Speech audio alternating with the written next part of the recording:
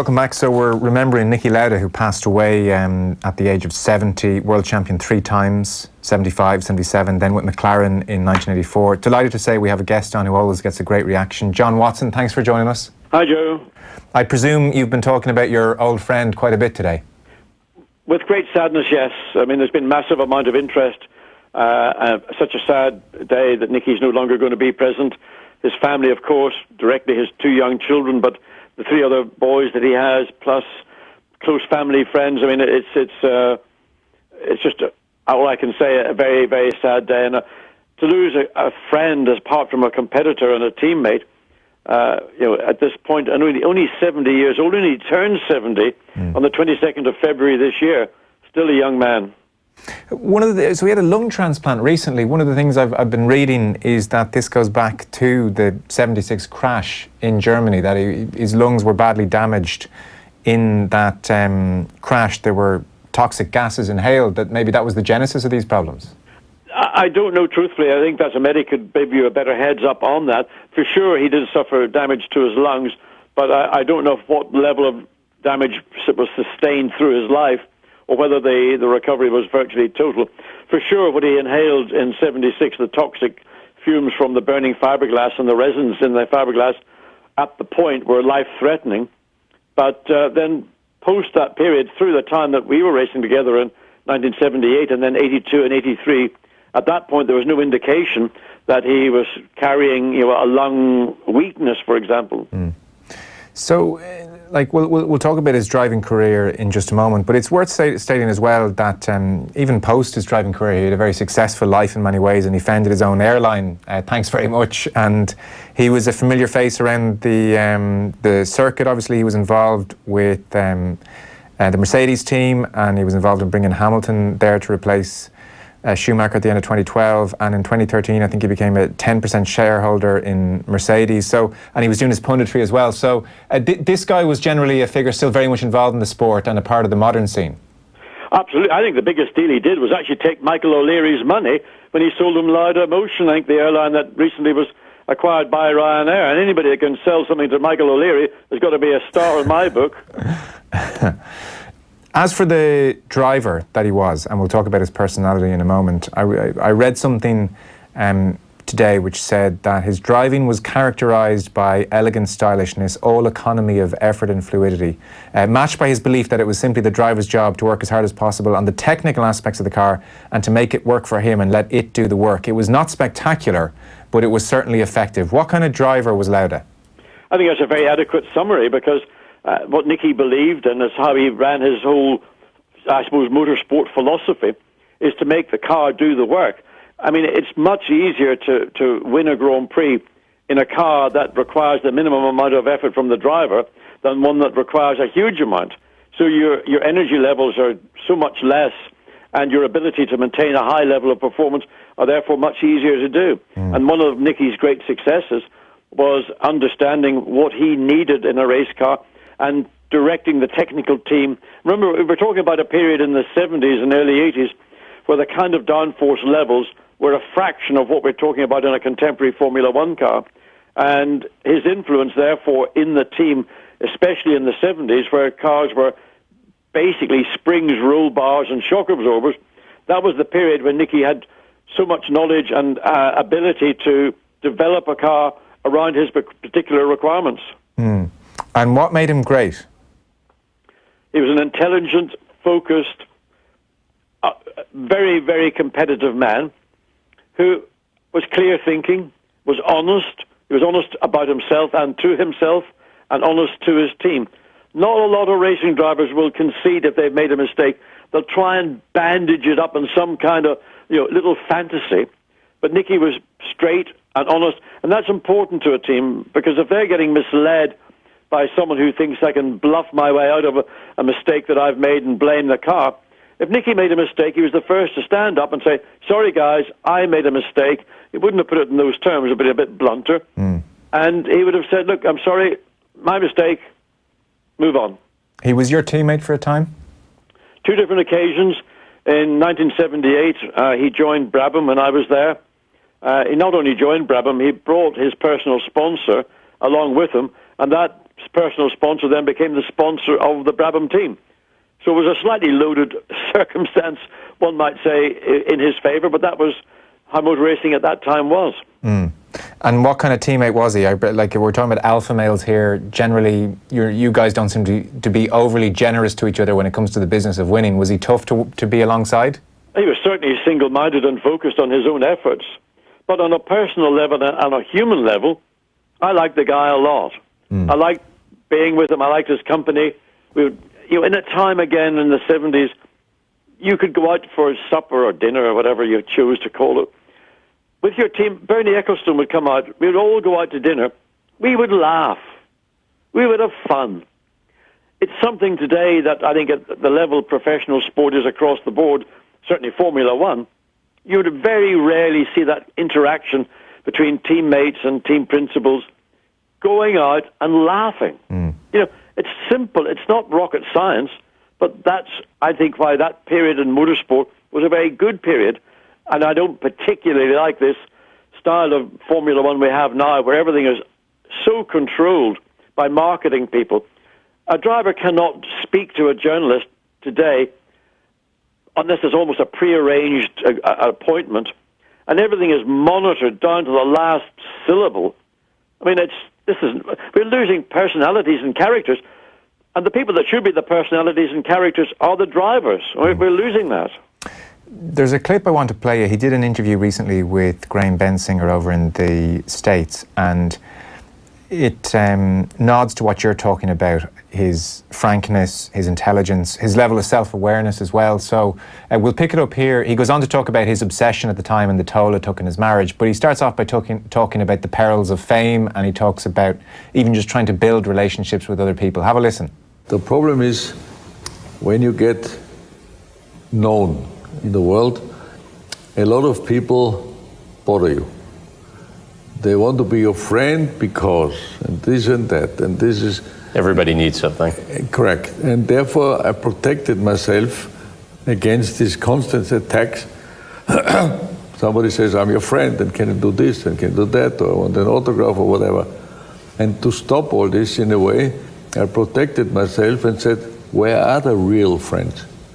A real friend is a 24-hour guy who can talk about any kind of problems you have. And I tell you, honestly, I would not know one where I would do that, because I protected myself. Your ex-wife once said during your racing career, you were the biggest in the world. What do you think of that? No, she was completely right. She said egocentric too. Because in my times where it was very dangerous to drive, I had to put myself into a position that I 100% concentrate on my job. If I do a mistake, I kill myself, and I cannot be disturbed by anything of my 100% concentration, more or less to stay alive over the race weekend. That means you have to block everything out and then do the job. And this ended up in a way that she hated racing. She hated that I've been a racing driver because her reaction was logic, crazy. I want a husband to be at home and stay alive. So, and therefore she said all that, and from her point of view she was right. But on the other hand, she said to me, after the accident, she was looking at me all the time, and I know what she was thinking. I hope he's gonna stop now. I hope he's gonna stop now. And I did not, because I wanted to prove to myself that I could overcome all these problems I had. And I wanted to see, after a terrible accident like this, can I be back on top again? So I understand her arguments, I understand her say that I was an she for sure thought about it sometimes. But in the end, she was a fantastic woman in these difficult situations for her to still support me 100%. It's a brilliant clip. The ability to rationally analyse himself so openly and honestly is very admirable. Absolutely, and I mean, Niki was discussing things that a racing driver has to do, and I mean, he married Marlena, who's a fantastic lady. She comes from a totally different kind of background. She's more creative, artistic, a much more live and let live kind of personality. Obviously, she saw something in Niki which she fell in love with, But of course then, particularly when they had the accident, one can understand why she would have been disappointed, maybe, that he didn't retire. But you have to understand what is it that drives people, Niki and others amongst us, to want to continue, and in a period when it was very, very dangerous. And it's because it's something that we like doing. I don't know why. If you want to put us in a psychiatrist's chair and analyze us and go deep into our psyche to find out, why do we want to put ourselves into a situation where there is imminent danger all around? At any moment, any one of us at any given time could have lost our lives. Why would you want to do that? Well, I tell you what, it's a fantastic experience and feeling of achievement when you succeed. It's a very selfish profession because you're self-satisfying yourself all the time, but you're putting your loved ones through purgatory. Mm-hmm. Yeah. Did you feel guilty about doing that? No, I didn't feel guilty because I was doing something which I dreamt about as a child that I wanted to do, and I was fulfilling that dream. But of course, I had family back in Belfast in Northern Ireland, and this is a time when the degree of television broadcast was very restricted. You'd maybe get a highlights package if you got that. Well, you might get something on the news. And when I was first in 1974, went to Argentina and Brazil, you had to book a phone line in your hotel at midnight to get a call through to Belfast. I mean, it was arcane. So, yes, it is a selfish sport.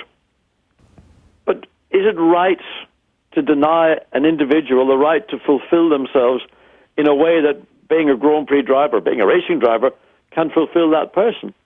They're prepared to take the risk, especially in this period we were talking about, where the risks were much greater. But I think that at the time we were taking the risks, we all believed that we had the safest cars, with the best track safety, with the best medical support and backup, that we were racing in the best possible context of any form of motorsport in the world. So we thought that we were being protected. But of course, with hindsight, we know that it was a much, much more dangerous period. Yeah. And accidents would often lead to serious injury, fatalities on occasions. And when you look what we're doing today, the advance in car safety, the technology and the design of racing cars is a million miles away from where they were in Niki's case when he crashed at Nürburgring. Yeah. Likewise, racetracks. I mean, we're going to Monaco this weekend. It's an arcane racetrack, but it's the jewel of the crown of the Grand Prix season. It's a low-speed circuit, but still, these cars will be doing over 180 miles an hour on the streets of the Principality. But then think forward maybe to Silverstone. Silverstone was the first Grand Prix circuit that held a World Championship event in 1950. The fundamental layout of the circuit is still there, but the circuit that is now used for the Grand Prix is a much changed layout. Yeah. It's got wide open spaces, but I tell you one thing, it's got some of the best and quickest corners of any racetrack in the world, and racing drivers love that challenge. They don't like this stop, go 30 mile an hour, turn left, turn right, kind of contemporary racetrack that sadly we're seeing more of. The reason everybody around the world is talking about Lauda today is because of the crash at the Nürburgring in 1976 and his, frankly, incredible return to the sport. The Nürburgring was deadly dangerous, as we know, and as well the way the emergency services were kind of stretched across the 14 miles. It meant that if you were in a serious crash, then there was a bit of a wait until people got to you, which was another aspect of the whole situation. As I think we touched on this before. As I understand it, or as I remember it, John, you arrived on the scene after Lauda's crash. Did you help him out of the car? No, I didn't. Niki, the other drivers, Arturo Mazzario, Guy Edwards, Brett Lunger, they'd all, as Niki came back on the racetrack, they got caught up in the tail end of his accident. So I think it was actually Arturo Mazzario who straddled the cockpit and helped get Niki out of the cockpit. I mean, a very courageous thing that those three drivers did. I turned up just at the point when he's being removed from the cockpit. So we moved him up the racetrack away from what was still the smouldering remains of the Ferrari. I suggested that maybe lay down, relax if you can. I kneeled down and let him rest his head on my thighs. And I was able to look down into his face, and I was able to see how extensive the burning that he had suffered was, and it was very extensive and very ugly. And he said to me, "What's my face look like? What's my face look like?" And all I could say is, "Look, you're fine. Don't worry. The medicals are on their way now. You'll be on your way to hospital. Everything's going to be good." And once he had left the racetrack, we then jumped back into our race cars, drove back to the pits. The grid was reformed, and we went motor racing again at the Nürburgring. Wow. It's extraordinary. It must have been like the most horrific scene looking down at him. I mean, it's not the prettiest picture, and I'll not go into graphic detail because it wasn't pretty. I mean, without question, Niki was severely burned. Yeah. What do you call it? Stage 3 burns, and it was. I don't know what he felt, because your body goes into a kind of sort of numbness. You've got these natural protections against severe pains, but obviously he would have suffered greatly when that began to wear off, and would have suffered in hospital, and he would have suffered discomfort and pain all the way through up until the point when he returned to Monza for the Italian Grand Prix. Just 40 days later, and the BBC had a piece today on their website where they talked about that return, where he finished 4th at the Italian Grand Prix, because he was very much involved in the title race with James Hunt. And they say on the BBC, by the end of that race, 40 days later at the Italian Grand Prix, his unhealed wounds had soaked his fireproof balaclava in blood. When he tried to remove the balaclava, he found it was stuck to his bandages. He had to resort to ripping it off in one go. It was one of the bravest acts in the history of sport. And Lauda himself, in his autobiography, I know he has talked about, like I just got on with it and I got back in. He did write in his autobiography, To Hell and Back, "I said then and later that I had conquered my fear quickly and cleanly. That was a lie, but it would have been foolish to play into the hands of my rivals by confirming my weakness. At Monza, I was rigid with fear." And then he said later on, "Lying in bed ruminating about the ring would have finished me." That was the reason he decided to get back in the car. I can only imagine the post-traumatic stress he was probably suffering, because at Japan, the finale of that season, when again he was still in the title race, there was torrential rain, and he withdrew after a couple of laps, saying it was too dangerous. I mean, I'm not surprised. And that line at Monza, "I was rigid with fear," I honestly can't believe he got back into a car again. Did you ever talk to him about it? Well, I mean, I was part of that Grand Prix, and I was aware of the return to the cockpit, and would have been aware of the emotions that you can feel when you're getting back into a car after such a big accident. But one thing that I know that Niki benefited from, and that was the association with a great Austrian physio and trainer called Willy Dungel. And before Niki returned to Monza, Willy Dungel devised a number of little tests to check whether Niki would have the capacity to physically as well as mentally get back into a racing car. And he passed all those tests.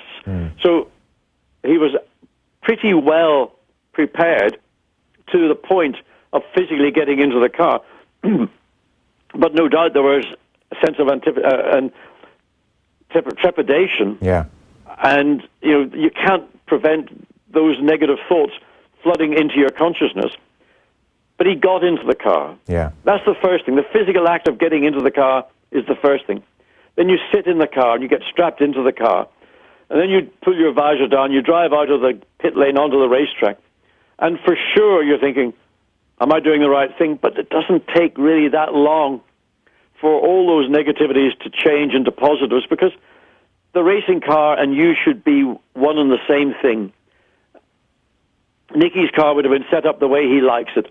It would have immediately given him a positive sense of feedback. That there's nothing that was frightening him in the car.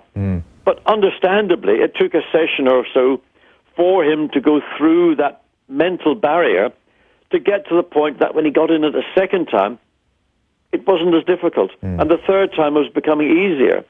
So by the time that he got into the car for the Grand Prix, which is a totally different discipline to doing practice and qualifying, he would have felt much, much different to the moment he stepped into the car the very first time. Now, if you go forward to the end of the season in Japan, that race day, we woke up, it was pouring. It was monsoon rain, and it didn't stop raining all day. But finally, around about 4 o'clock, it kind of began to break up. But the track, and there's a lake the size of Loch Ness at the end of the straight. I know, I went through the thing, and I just aquaplaned off and spun off. Right. So it wasn't a case. So Lauda Lauda wasn't being paranoid. It was genuinely torrential. No, it was awful. I promise you, it was terrible. Yeah. But one of the difficulties that Niki suffered at this point was he had scarring on one of his tear ducts. He had tissue scarring on one of the tear ducts. So he couldn't control the flow of water. And because it was not only a very wet day, it was a cold day. So combining the cold and the wet meant that his eye was watering and he couldn't control the flow of water. So I think that was one element that made him uncomfortable. Visibility was negligible, certainly in the opening laps on the main straight. It was a long main straight, and we're still doing 170, 180 miles an hour in those days down that straight. So he was clearly concerned about the lack of visibility. And thirdly, I think he took a punt in that when he decided to stop after 2 laps, and he was totally honest about his reasons why.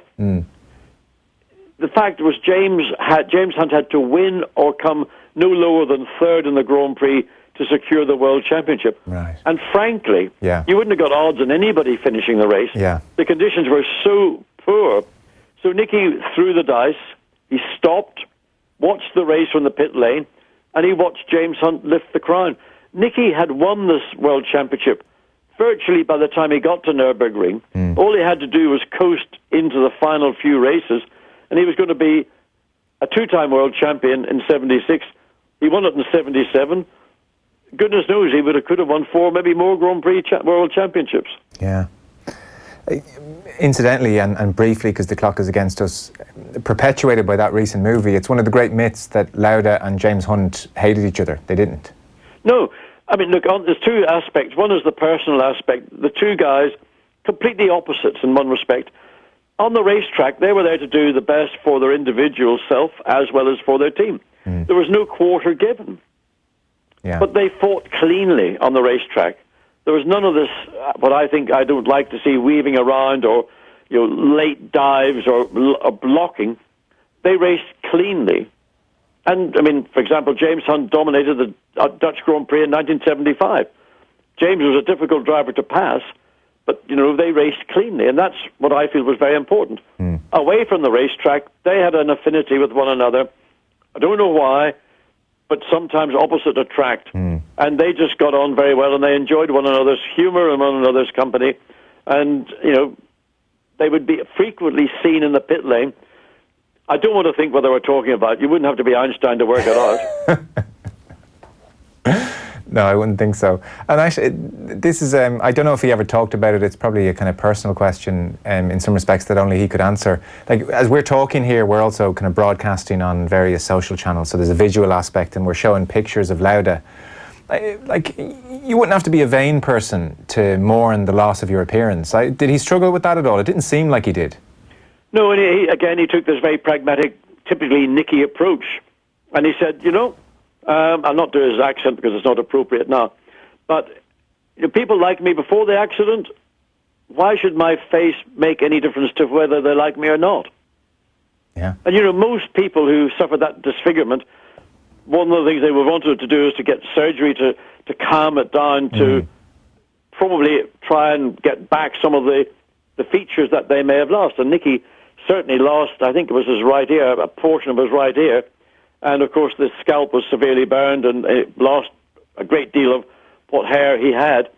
So he wasn't vain in that sense. All he wanted was the mechanics of his face to work. He did have surgery at a later time, a year or so later, to repair or to try to recover the function of the tear duct in one of his eyes. And that was done by a plastic surgeon in Brazil. And that was about the extent of it. Right, wow. And funnily enough, he used that disfigurement to his advantage because many, many people, largely women, would look at him and their hearts would just bleed. But remember, Niki was an exceptionally talented and highly intelligent man. Yeah. You look into some people's eyes and you can tell that's a very bright, intelligent person. Yeah. And he was one of those people. And he knew how to use his eyes to get what he wanted. Yeah. Listen, it's a brilliant tribute. There's lots of people enjoying hearing you again.